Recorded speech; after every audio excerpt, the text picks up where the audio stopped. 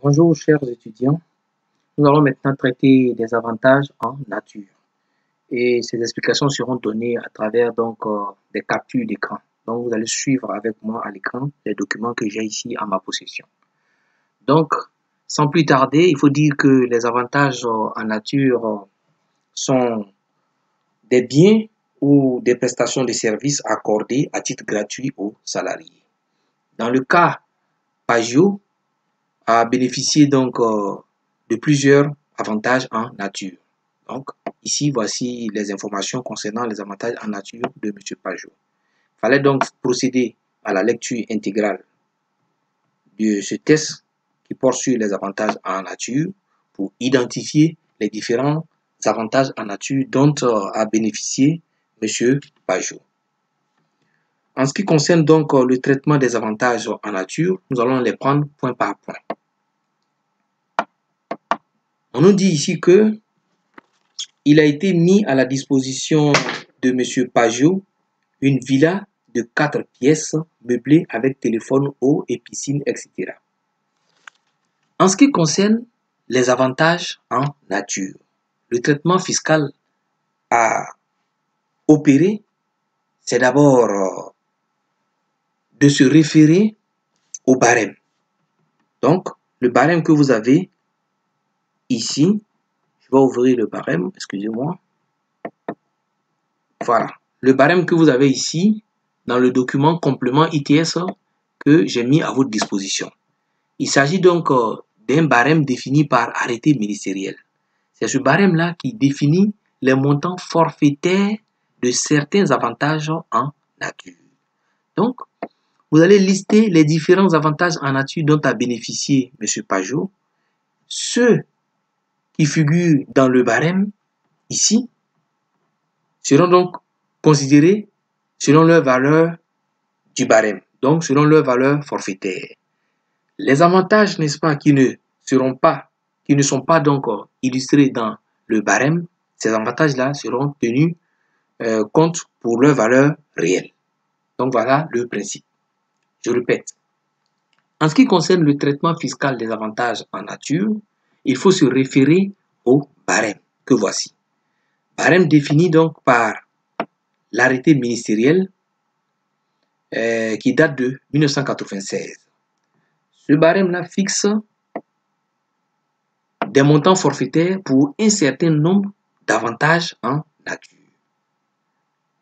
Le principe du traitement, c'est de consulter le barème. Si l'avantage dont a bénéficié le salarié figure dans le barème, le montant à retenir, c'est donc le montant du barème. Dans le cas contraire, le montant à retenir serait le montant réel de la charge ou bien de l'avantage en question. Ici donc, on nous dit que M. Pajot a bénéficié d'une villa de 4 pièces. Quand on se réfère au barème, on se rend compte donc que la ligne numéro 4 présente les montants forfaitaires pour un logement de 4 pièces ici. Cette ligne que je vais surligner en jaune. Voilà. Donc, on voit que pour un logement de 4 pièces, il y a une somme de 300 000 francs prévue pour le logement, une somme de 30 000 francs forfaitaires prévue donc pour le mobilier, et on a une somme de 40 000 francs prévue pour l'électricité et 30 000 francs prévue pour l'eau. Petite question, on a vu que dans l'énoncé, bien qu'au niveau du barème, il y ait des montants fixés au niveau de l'électricité et au niveau de l'eau, on nous a donné les valeurs réelles des factures d'eau et d'électricité. Notamment, la facture d'eau supportée par l'entreprise, c'est de 50 000 francs et la facture d'électricité, c'est 200 000 francs. Donc, quel montant retenir? Il faut rester toujours accroché au principe que j'ai énoncé tout à l'heure, c'est-à-dire que lorsque l'avantage est défini dans le barème, il faut toujours retenir la valeur du barème. Donc, ici, bien que on ait connaissance des valeurs réelles des factures d'électricité et de l'eau, on va s'en tenir donc aux valeurs fixées par le barème, au forfait fixé par le barème. Donc, pour la détermination des montants de logement, il n'y a pas de problème. On va donc prendre 300 000 francs ici. Mobilier, on va prendre 60 000 francs ici. En ce qui concerne l'eau et l'électricité, on va voir juste en bas là.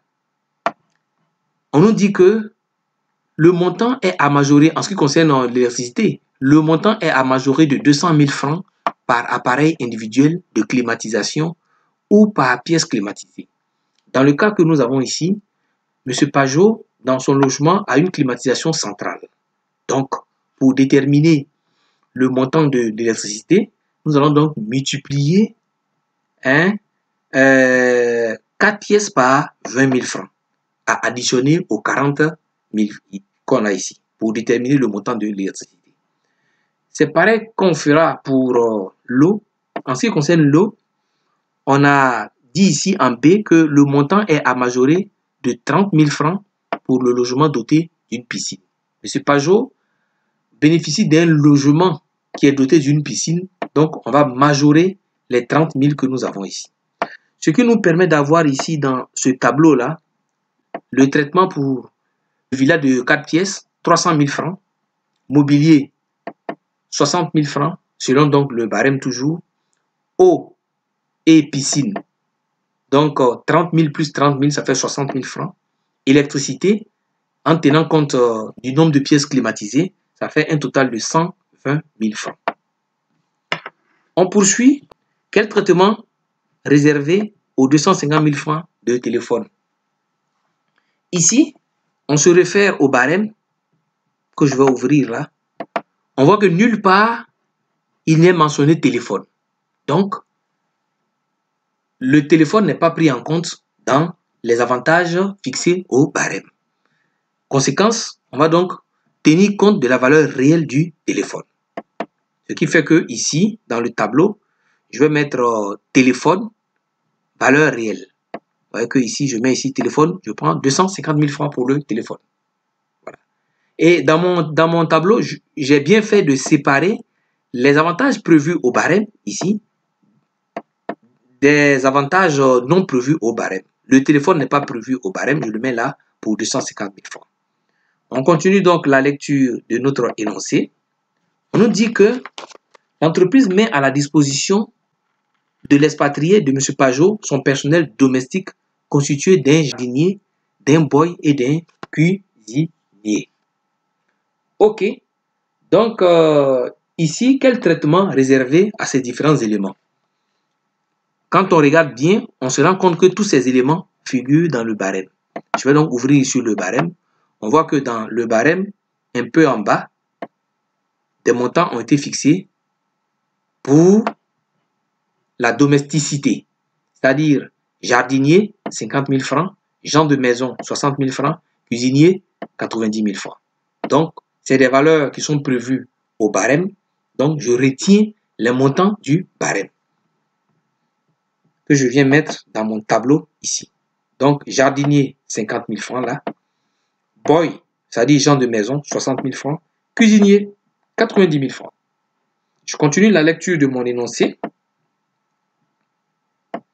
On nous dit ici que la Syrie a assuré auprès d'une société de gardiennage de la villa pour un montant contractuel de 180 000 francs. Donc, gardiennage 180 000 francs et frais de décollage des enfants de M. Pajot, 160 000 francs. Quel traitement réservé aux frais de gardiennage d'abord?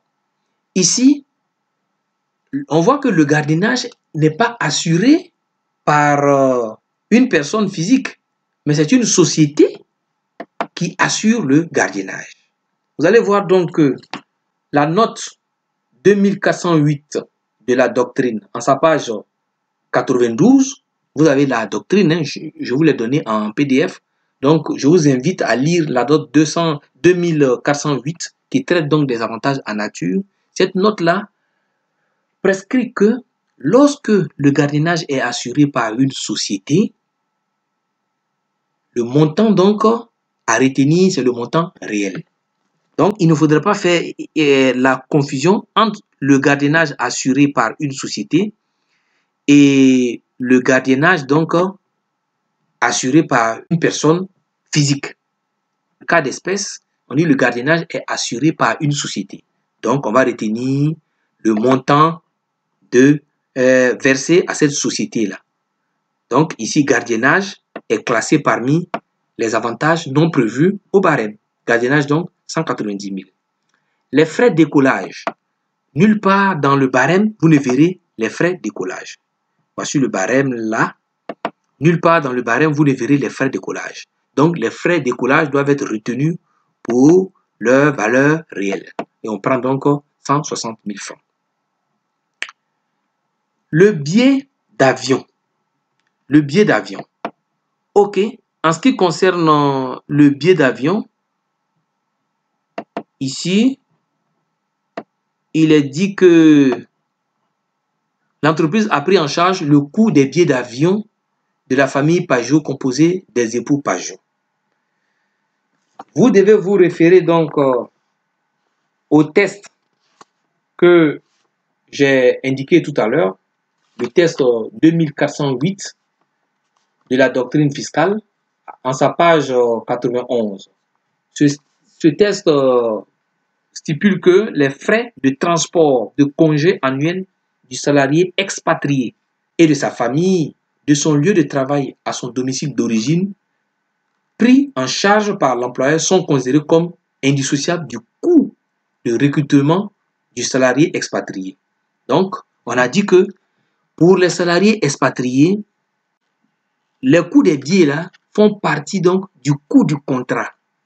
Ça veut simplement donc dire que le coût des billets ne constitue pas un supplément de salaire. Donc, de ce fait-là, c'est des sommes qui ne sont pas imposables aux ITS. On multiplie le coût d'un billet par le nombre de personnes, ça fait 1 500 000. Les 1 500 000 seront donc exonérés par tenir compte de ces 1,5 million dans la détermination du montant total des avantages en nature. On va donc faire la somme de tous les avantages qu'on a ici identifiés. Il y a ici un total avantage en nature de 1 340 000 francs. Dans le cas, à la fin, on nous a parlé des CSPC. CSPC sont des avantages en argent qui ne sont pas traités au même titre que les autres avantages en nature. Donc, voilà. Donc, dans le schéma qu'on avait indiqué lors de la deuxième vidéo, on a dit que les avantages en nature faisaient l'objet de valorisation. Une partie des avantages en nature valorisés selon le barème et une autre partie des avantages valorisés à leur valeur réelle seront donc intégrés au revenu brut imposable hors avantages en nature. De même seront intégrés au revenu brut imposable hors avantages en nature les CSPC non exonérés et le tout va constituer le revenu brut imposable. Je vous remercie.